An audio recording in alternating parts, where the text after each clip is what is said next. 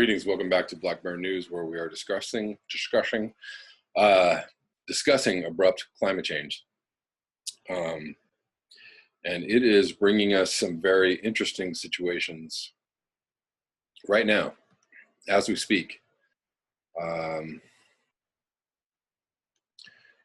we looking into the lion's mouth right now, or is this just a really big bump to get over for the next year or two? That is the million-dollar question. Let's just get into some articles that will illustrate how things are going. This is from The Guardian. Big surprise there. Japan heat wave, record broken as concern grows over 2020 Olympics. All right, so people are actually concerned about things happening in 2020. This is where we're at. This is from today. City of Kumagaya records temperature of 41.1 C as Tokyo governor says last few days have been like living in a sauna. The temperature rose to a record 41.1 C, 106 Fahrenheit, in a city northwest of Tokyo on Monday, as Japan's deadly heat wave fueled fears about potentially dangerous conditions for athletes and spectators at the Tokyo 2020 Olympics. Those are valid fears. The temperature was recorded in Kumagaya in Saitama Prefecture, topping the previous high of 41 C in the western prefecture of Kochi in August 2013, the Japan Meteorological Agency said. Records go back to varying dates for different cities, with data for Kumagaya starting in 1896. Several events are being held this week to mark the 2-year countdown to the Olympics. But sweltering weather across the country has brought fresh concerns over the risk of heat stroke. Central Tokyo reached 39 C on Monday, which feels like 43 C when taking into account other factors such as humidity. Across Japan, dozens of people have died from heat-related conditions over the past 2 weeks, and thousands have been taken to hospitals. Last week, the International Olympic Committee approved a competition schedule for the Tokyo Olympics with an early start time of 7 a.m. set for the marathon events. Makoto Yokohari, a University of Tokyo professor who has studied heat stress risks facing runners in the Tokyo 2020 Olympic Marathon, said the earlier start was an improvement, but by far behind the sufficient level. According to a recent paper he co-wrote, the proposed marathon course was rated as dangerous or extremely dangerous on clear, sunny days. According to a recent paper he co-wrote, the proposed marathon course was rated as dangerous. I just read that. Yokohari said the organizers should take all possible measures to improve the situation, including considering potentially radical ideas such as moving the marathon to the northern prefecture of Hokkaido, or starting it at 2 a.m. Other options include allowing runners to run on the eastern side of the streets so they can be shielded from the sun. However, as far as you will be having the race in Tokyo in midsummer, none of the measures, even a pile of all measures, can ensure safety, he told The Guardian. Yoriko Koike, the Tokyo governor, said the last few days have been like living in a sauna. She said, dealing with the heat issue was indeed one pillar for the success of the 2020 Games. A Tokyo 2020 spokesperson said the organizers were planning heat countermeasures such as installation of cooling mist showers for the athletes. Schedules would be finalized in consideration of the need to protect athletes and spectators from heat. We will prepare concrete measures after examining the results of test events due to be held in July 2019. Spokesperson said, our aim remains to host a games where all athletes can safely record their personal best performances.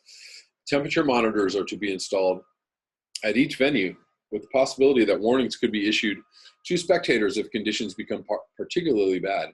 The Olympics will run from the 24th of July until the 9th of August 2020, followed by the Paralympics from August 25th to September 6th. When Tokyo last hosted the Summer Olympics in 1964, it was held during the cooler month of October. And there you go. But we can't do it in October, no.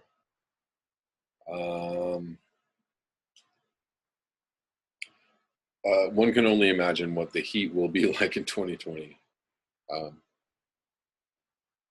Talking about 2 more years of this and worse. This is from the Met Office, UK. Heat Health Watch. This is very short. Current watch level 3, heat wave action. On Monday, hot and humid air will lie over the east and southeast of England. Cloud and outbreaks of rain across northern England. The cloud and rain will gradually break and turn showery in the north, with some of these heavy and thundery south of the rain. Long spells of sunshine will develop with temperatures generally ranging from very warm in west and east Midlands to hot and humid, locally very hot in east and southeastern areas, away from northern England. Dry and sunny weather should dominate through the week, but interspersed with heavy showers in afternoon and evening periods. Temperatures will be very warm or hot, locally very hot in the east. Thresholds could be breached in places from Monday onwards, with very warm and muggy overnight conditions. Yorkshire and Humber, southwest England will also see temperatures rise through the week, but with cloud and outbreaks of rain affecting the north and west, there is a lower risk of thresholds being reached. There is a chance that alerts will need to be downgraded and or extended to the end of the week. However, confidence is currently low and will be reviewed through the week. Yeah. So it's actually level 3 and 4 looking like this map. I will link this below. Thank you guys for continuing to send me all the links and all the articles. I have a plethora of things to choose from. So many good things to read. I cannot read them all. I feel like my lighting is inadequate in this garage situation. Next article, very interesting. From phys.org, build an ark. Biologists discuss conservation prioritization. This is from today. Who wrote this? Marianne Mofiletto from Utah State University. Conservation biologists recognize a sobering reality. We're losing species left, right, and center, says Utah State University scientist Will Pierce. We call it the Noah's Ark problem. And we have to pick species to save. We can't save them all. The biblical mariner seemed capable of building a vessel to accommodate mating pairs of the world's creatures. The metaphor today, however, would portray the harried Noah bailing water and valiantly trying to prioritize saving animals most beneficial for the future as his boat rapidly sank. Pierce, with colleagues Florent Mazel, Aaron Moores, Caroline Tucker of Simon Fraser University and the University of British Columbia, Mark Cadot of the University of Toronto, Sandra Diaz of Argentina's National University of Cordoba, Giulio Valentino Dalla Riva and the University of British Columbia, Richard Grenier of the University of Oxford, Fabien Lebrier, the University of Montpellier, and David Moyo of James Cook University. Explore phylogenetic diversity as a metric of conservation prioritization in the July 23rd, 2018 issue of Nature Communications.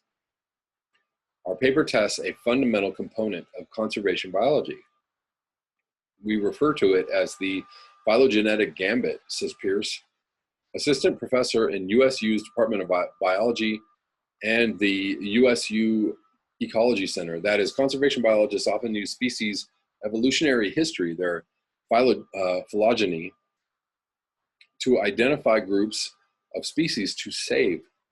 This idea is based on the assumption that preserving phylogenetic diversity among species preserves more functional diversity than selecting species to preserve by chance. Functional diversity is important, Pierce says, because it drives ecosystem health and productivity. Yet measuring the effectiveness of functional diversity is difficult, he says. So using phylogenetic diversity as a surrogate, I don't know. It just seems just, on some levels, yes, this is important, and it seems almost bizarre. Using phylogenetic diversity as a surrogate for functional diversity has made conservation biology much easier and more effective. In global data sets of mammals, birds, and tropical fishes, the team demonstrates that, for the most part, the phylogenetic gambit holds. Preserving phylogenetic diversity preserves 18% more functional diversity than would be expected if species to save were selected at random. Worryingly, though, we found in some parts of the world and in some groups of species, preserving phylogenetic diversity did worse or just the same as random chance, Pierce said. Luckily, we identified the areas and reasons this is happening, which still makes the selection technique valid and valuable for conservation biologists. The team's efforts, organized through an international working group initiated by Tucker and Moores, were funded by the SDIV, the Synthesis Center for Biodiversity Sciences, based in Leipzig, Germany. Okay, do with that what you will.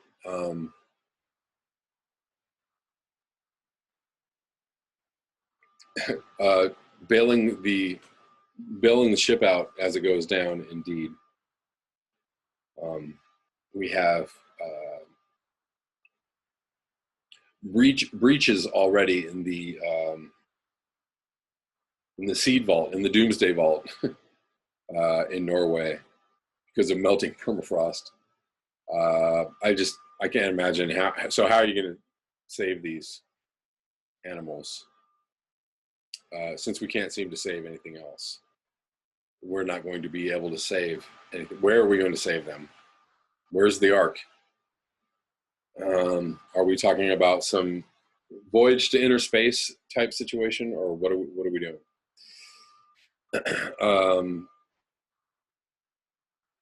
This is from the Siberian Times. Crazy stuff from July 21st. Sun blanked out in Arctic Siberia. Locals in north of Yakutia said daylight was completely gone for several hours. People from the remote Ivano-Bitantatsky and Zhignatsky districts turned to newspapers, begging local media to explain the devilry of what happened. Their remote communities were plunged into darkness, even though they should have had 24 hours light at this time of year. The sun went out around 11 a.m. and didn't come back until about 2 p.m. We couldn't see a thing without switching lights on. We took torches to walk outside, but actually no one wanted to be on the street because the feeling was as if something heavy in the air was pressing on your chest, said one resident. Whoa. After the sun returned, locals found thick layer of dust covering everything outside.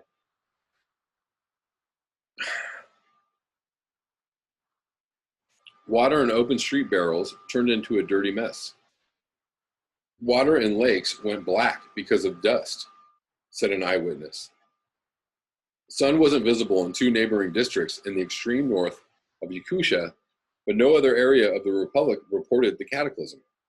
We wondered if this was an eclipse, but it can't be something witnessed only by 2 districts.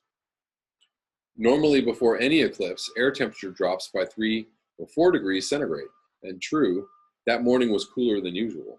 But our area is always quite cold, so we didn't pay special attention, said Maria from a village in Zhigansky district.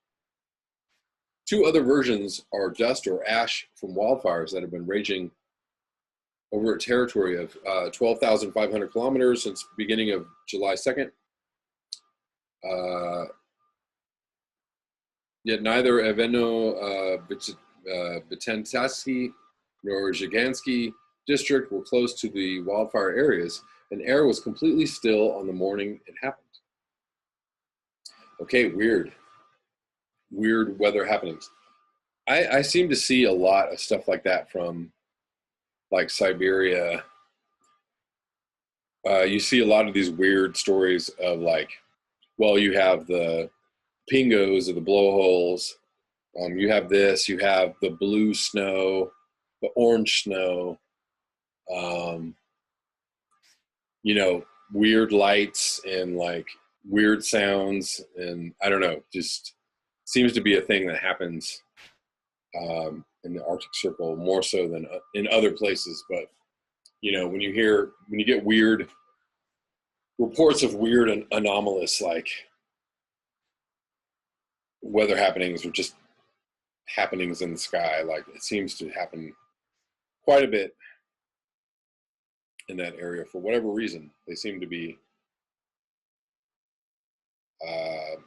on the receiving end of whatever like strangeness is going on in the rest of the world. Okay, moving on.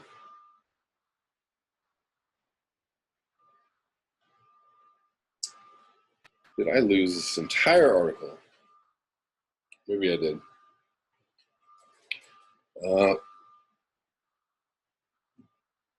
Getting to this, don't know if this will be the last article. I thought I had something else. Seem to be missing some things that I had set aside. Oh, this is what I want to read. So sorry, it's right here. This is a very, very, very long study or paper by Philip K. Verliger, Jr. from July 2018. I don't know how much of this I'm going to read, so I'm going to tell you who Philip K. Verliger is. Dr. Philip K. Verliger has studied and written about energy markets since 1971. His earliest research, published in 1973, addressed the determinants of gasoline demand. It is still cited today. Since 1971, he has published 2 books, numerous articles and papers on the evolution of energy markets. Many of these have influenced the thinking about the development of these markets, especially his papers on how energy went from being a monopolized good to a real commodity and the transformation's consequences. Okay, so now you know who we are reading. The great American philosopher, scientist, and statesman Benjamin Franklin included a version of the famous proverb in Poor Richard's Almanac, published in 1758. It begins, "For want of a nail," and ends by warning that a kingdom was lost, all for want of a horseshoe nail. The proverb dates to 1230. As Wikipedia explains, the aphorism warns of the importance of logistics, of having sufficient supplies of critical materials.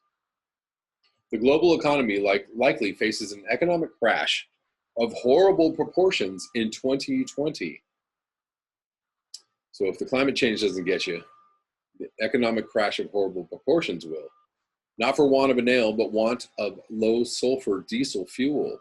The lack of adequate supplies promises to send the price of this fuel, which is critical to the world's agricultural, trucking, railroad, and shipping industries, to astoundingly high levels.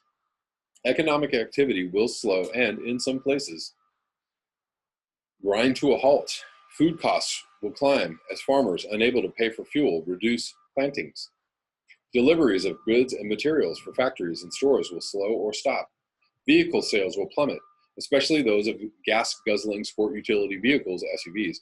One or more major U.S. automakers will face bankruptcy, even closure. Housing foreclosures will surge in the United States, Europe, and other parts of the world. Millions will join the ranks of the unemployed as they did in 2008, all for the want of low-sulfur diesel fuel or gas oil.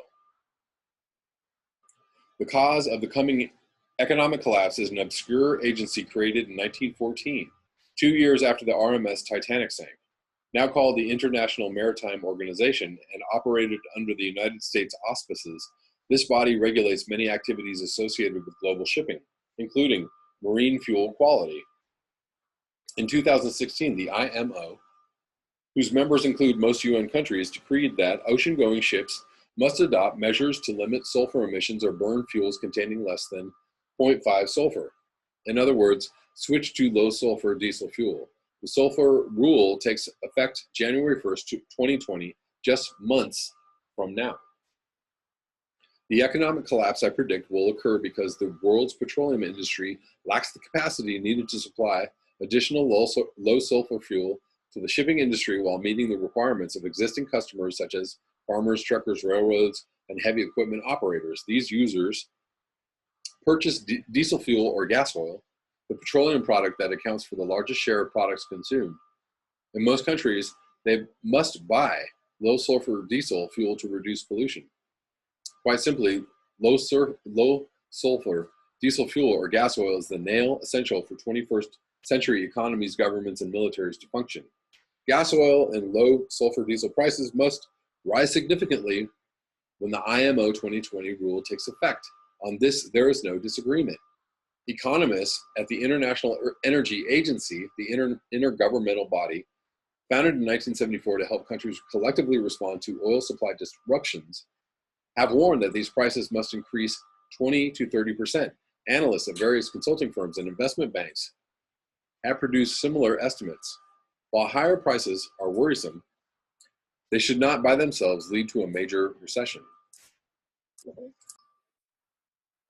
While higher prices are worrisome, they should not by themselves lead to a major recession. After all, diesel fuel prices have increased more than 30% at various times this decade. However, these estimates assume that crude prices do not change. Indeed, the authors of a crucial IEA report, Oil 2018, specifically make this assumption. Difficulties will arise because crude oil is not a homogeneous commodity, like, for example, bottles of Jack Daniel's Kentucky Sour Mash. Instead, crude oils vary regarding their qualities and composition, and these differences exceed those of most other goods. Worldwide, perhaps only one other commodity is as diverse: wine. For the latter, one can speak of whites, reds, rosés, or sparkling wines, and each of these categories is subdivided even further. The volumes fermented by any given vintner can range from a few cases to thousands of cases. Price range from less than $1 per bottle to thousands. Crude oil is the same as wine regarding variety and production volumes, but the price range is narrower. Two important distinguishing factors among crude oils are how much sulfur they contain and the diesel fuel volume they produce when refined. Some crude oils, the light sweet varieties, contain minimal sulfur and produce large amounts of low sulfur diesel. A far greater number, the heavy sour crudes, contain a higher percentage of sulfur and do not produce diesel that meets environmental sulfur content standards without expensive additional processing. The diesel fuel produced from Nigeria's best crude oil has a sulfur content of 0.13% when refined, while the diesel refined from Middle East light crude oil, one of the most common crudes, contains 0.53%. While many world refineries can produce low sulfur diesel fuel from heavy sour crudes, a large number have not been equipped to do this yet and thus cannot help in meeting the IMO 2020 requirements. For example, much of the incremental crude that will be supplied in 2019 as world production increases will be Arab heavy. The distillate produced from this crude contains between 1.8 and 2% sulfur. The marine fuel quality requirement being imposed on the maritime industry represents the last step in a long progression to remove sulfur from petroleum products. Over the last 2 decades, most nation governments, most nations' governments have taken significant steps to force sulfur removal from these products. The most important, most notable changes have occurred with diesel fuel. Diesel-powered vehicles once spewed heavy black smoke. Today, with mandated low sulfur fuel, that harmful pollution has mostly vanished. Much of the sulfur in crude is not removed during refining, but rather ends up in fuel oil or dregs or residue left over after all high-value products have been distilled out. It is the cheapest liquid fuel available. It is also viscous. It must be heated before use and contains many pollutants, particularly sulfur, that are harmful to humans, animals, and plants. Since the turn of the 21st century, most fuel oil has been consumed by the shipping industry due to the environmental restrictions on other uses. It was only a matter of time before those restrictions came to marine fuel. According to Nature article cited by Goldman Sachs, sulfur dioxide pollution from fuel oil burning ships is a contributing factor in approximately 400,000 deaths from lung cancer and cardiovascular diseases and 14 million childhood asthma cases every year. Environmentalists have pushed for sulfur removal from marine fuels because sulfur dioxide has been linked to a wide array of illnesses. The public health arguments for the IMO 2020 rule are uncontestable and compelling. The IMO's approach to reducing pollution, however, is questionable. The financial consequences of allowing ships to burn fuel with 3.5% sulfur until December 31st, 2019, and then ordering them to switch to fuel containing 0.5% sulfur on January 1st, 2020, could be high for the oil industry and the world's economies. The IMO 2020 rule will force a major change on refiners, as I discussed below. The shipping industry has passed the compliance burden to the oil industry. That is, shippers expect refiners to produce the low sulfur marine fuel that they will need beginning in 2020. For this to happen, refiners will have to boost production of low sulfur gas oil and fuel oil, according to most studies, by around 2 million barrels per day. Don't forget also that all the sulfates will drop out of the air when this happens, right? So possible financial shock coupled with who knows what kind of temperature rise due to global dimming being removed from these ships not burning this high sulfur fuel anymore. Who knows? As I discussed below, blah, blah, blah. Table 1 shows the required shift as reported by IEA. Okay, so little graph here, blah, blah.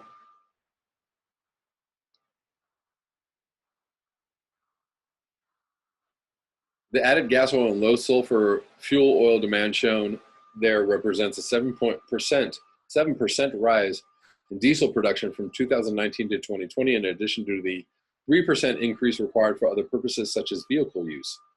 This entire increase will need to contain little sulfur. It is not clear that the greater volumes can be produced. Instead, as noted below, very large price hikes may be required to suppress non-maritime use. At the same time, refiners will need to destroy or find new markets for up to 2 million barrels per day of high sulfur fuel oil. Some of it will be sold to oil-burning power plants, such as those in the Middle East. Yay! These plants could and likely will shift to residual fuel oil to save money.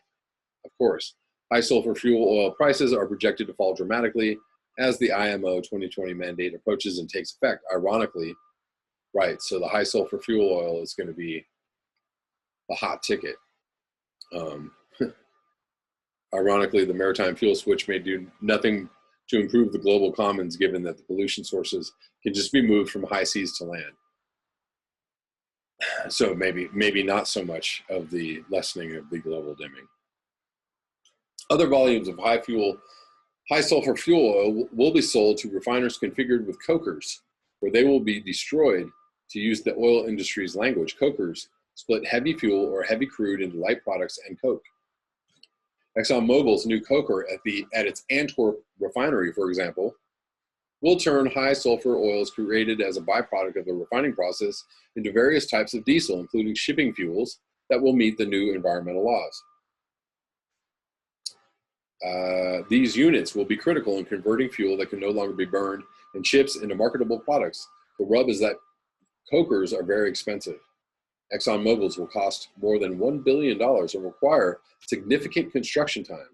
ExxonMobil is also considering additional investments in its Singapore refinery to produce diesel fuel that satisfies the IMO 0.5% cap. It will be of no use in 2020, though, because the final investment decision will not be made until 2019. And if the project goes forward, the facility will not be ready before 2022, 2 years after the IMO rule becomes effective. Let's see. This is long as all get out, so I am not going to read this whole thing. I mean, it just goes on and on and on and on and on. I think you guys get the idea. We'll read a little more. I will read a little more, and then that will be that. But maybe I can.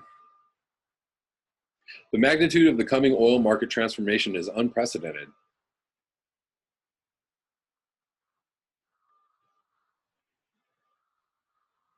If nothing changes, the 2020 diesel and gas oil crisis will occur because as many as half of the world refineries cannot produce fuel that meets the new regulation. These simple facilities produce significant volumes of high sulfur fuel oil. The mix of products produced from such refineries is dictated by the type of crude processed. They can produce low sulfur diesel if the crude input into the refinery contains little sulfur, as for example Nigerian crude does. They cannot reprocess a high sulfur diesel fuel to a low sulfur diesel because their facilities are inflexible. The owners of these units will face harsh choices. First, they could close. Many will have to shut down. These closures will reduce the volume of petroleum products available to the market, sending prices higher.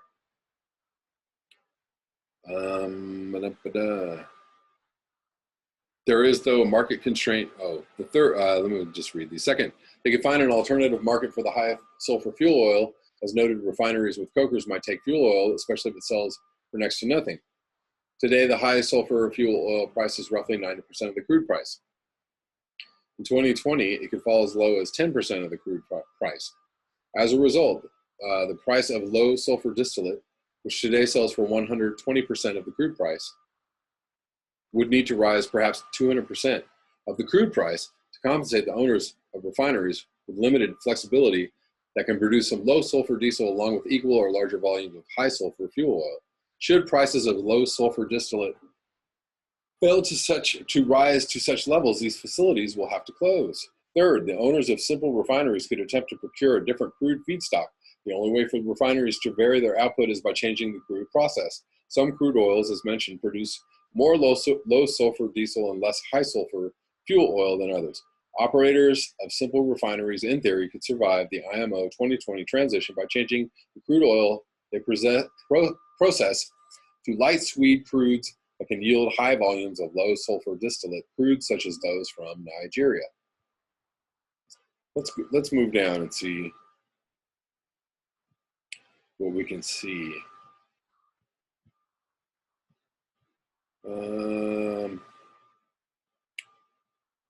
I fear the 4 quarters of 2020 and possibly 2021 will be shaded when I update the graph in 3 years. Sadly, the economic losses could be much greater than any experience in the prior 5 decades.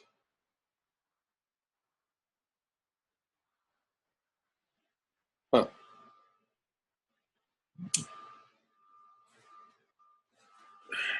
So they're linking market disruptions to oil market disruptions causing economic distress, basically. With one of the largest being 2008. And as you know, Michael Rupert so intelligently figured out that it wasn't. I mean, it was the housing bubble. It was what do we call them? Derivatives, and it was all these like financial products that were part of the financial collapse. But the main driver, the main trigger, was oil going up to whatever it was, $150 a barrel, and sustaining for that long.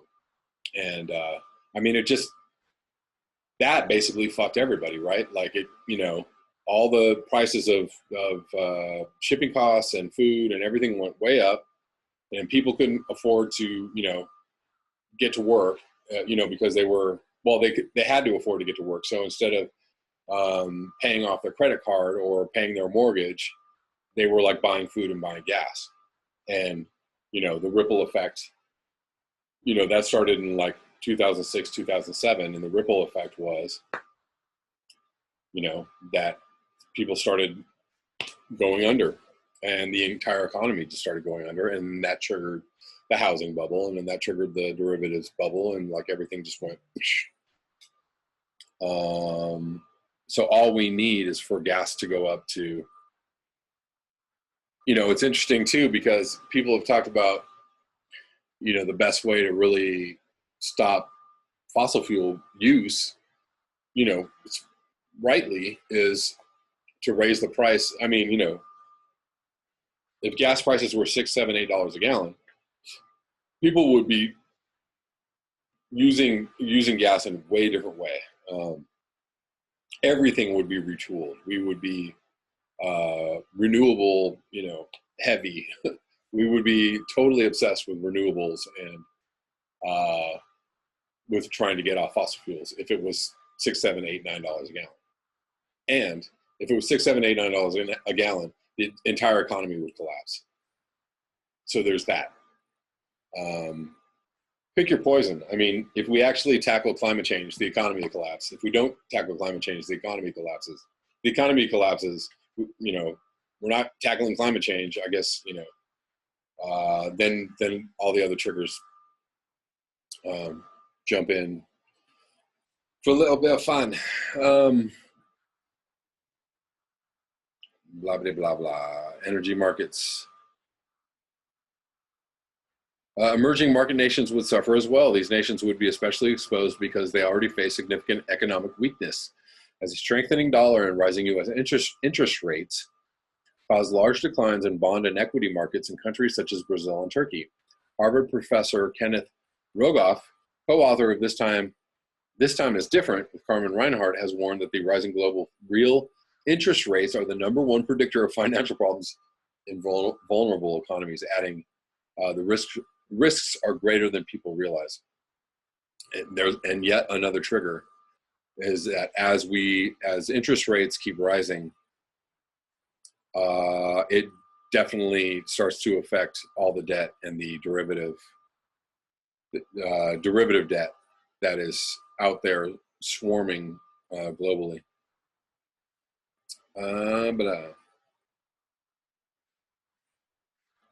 This is an awesome article. I want to read the whole thing. I just cannot because I'm close to 40 minutes into this. But I'm going to link it below for those who would like to peruse. I'm going to read the rest of this myself. If I can stay awake, maybe I'll read it in the morning. But there's a lot of really good info. I'm just scrolling through this, and there's just great information in here. Deservedly. It deserves to be read in its entirety. I can't do it. Maybe I'll come back tomorrow and read the rest. Who knows? We'll see if I've got that in me for tomorrow morning. But that's all I have for tonight. I will link all of this in the description box, of course. Thank you all for your continued participation in this channel. You're all awesome. Thank you for sending me all the links and all the things to read and think about. And everybody else, drop your links in the comment boxes in the comments below, and everybody can, kind of cross-pollinate what's going on. If you would like to contribute to this channel, you can do so at the links below. Until next time, peace.